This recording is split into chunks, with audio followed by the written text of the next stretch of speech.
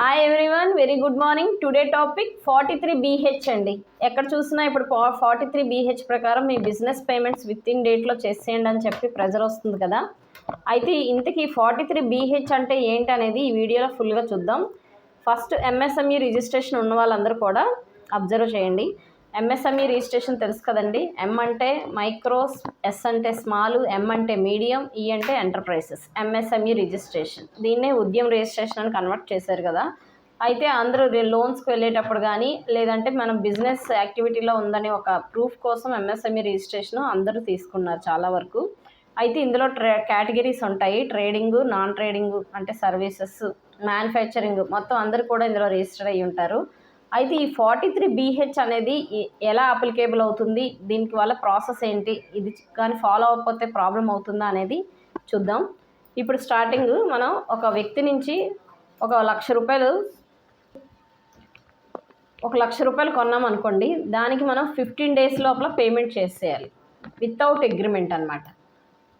Agreement ఉంటే కనుక మీకు 45 days టైం అండి. 45 days లోపల మీరు పేమెంట్ చేసేయాలి అగ్రిమెంట్ ఉంటే.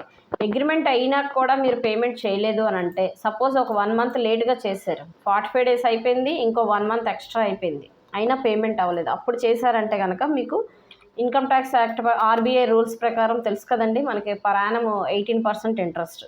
సపోజ్ మీరు 1 lakh కొన్నారనుకోండి, 1 lakh ఇంటూ 18% వేయండి, అంటే 18,000 పర్ యానము.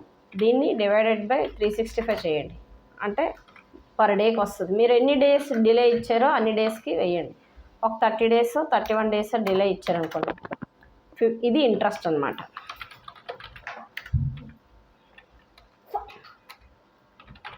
ఈ ఇంట్రెస్ట్ 1528, అంటే ఈ 1,00,000 ప్లస్ ఈ 1528 కలిపేసి మీరు ఇవ్వాలండి.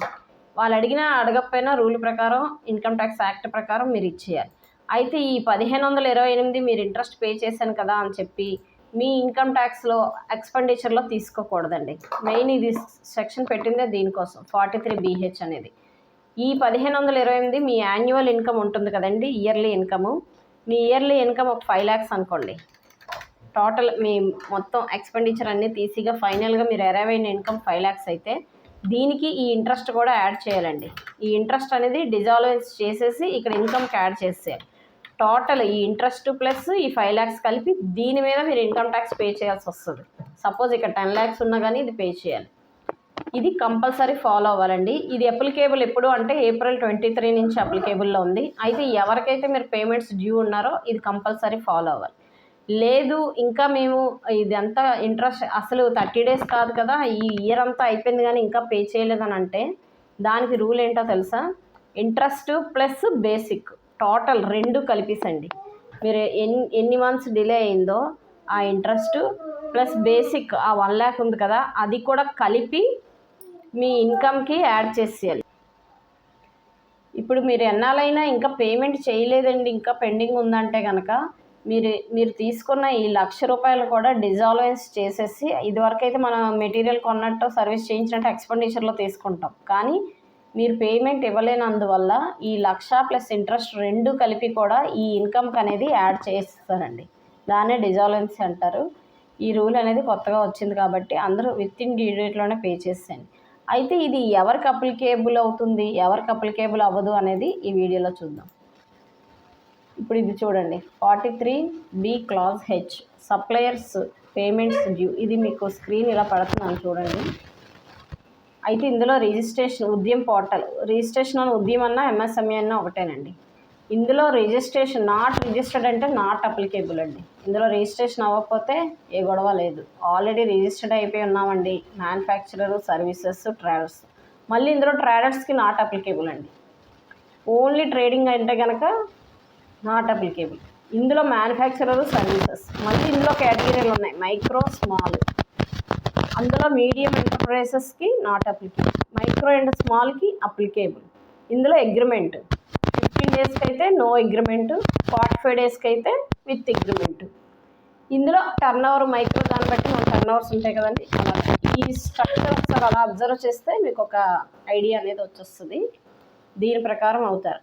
అయితే ఇప్పుడు వాళ్ళు అవతల వాళ్ళు స్మాల్లో ఉన్నారా, మైక్రోలో ఉన్నారా, అసలు వాళ్ళకి రిజిస్ట్రేషన్ ఉందా లేదా అనేది మనకి ఎలా తెలుస్తుంది అంటే, మీరు బిజినెస్ చేసినప్పుడు స్టార్టింగే వెండర్ రిజిస్ట్రేషన్ చేసుకుంటారు కదండి, అందులో A to Z అన్ని డీటెయిల్స్ ఇస్తారు కదా, అందులో క్లియర్గా ఉంటుంది. అయితే ఇదిగోండి ఇప్పుడు నేను ఎగ్జాంపుల్ చూపించడానికి చూపిస్తున్నాను. MSME సర్టిఫికేట్ అనేది ఇలా ఉంటుంది. ఇందులోని ఇక్కడ చూడండి కేటగిరీస్ ఏంటి అనేది ఇక్కడ ఉంటుంది. స్మాలా, మీడియమా ఏంటి అనేది దాన్ని బేస్ చేసుకొని వీళ్ళు మేజర్ యాక్టివిటీ సర్వీస్ సెక్టరా, ట్రేడింగా, మ్యానుఫ్యాక్చరరా అని ఉంటుంది. ఇందులో కోడ్స్ ఉంటాయి. దీని ప్రకారం ఫాలో అయ్యి అలా మనం ఇన్కమ్ ట్యాక్స్ ప్రకారం చూసుకోవాలి. ఒక విధంగా ఈ సెక్షన్ అన్నిటికీ ఉంటే బాగుంది అనిపిస్తుందండి. ఇప్పుడు చాలామంది పేమెంట్లు మెటీరియల్ అన్ని ఇచ్చి కూడా పేమెంట్స్ రాక చాలా ఇబ్బంది పడుతుంటుంటారు. ఇప్పుడు ఇది నెక్స్ట్ దీన్ని ఇంప్లిమెంట్ చేశాక నెక్స్ట్ ఫర్దర్గా ఎలా ఉంటుంది అనేది చూడాలి. ఏదైనా కానీ పేమెంట్స్ వితిన్ టైంలో లేనప్పుడు ప్రాబ్లమ్స్ వస్తాయి. అందులో ఈ కేటగిరీ ప్రకారం మీరు పేమెంట్స్ అయితే ఇవ్వాలి.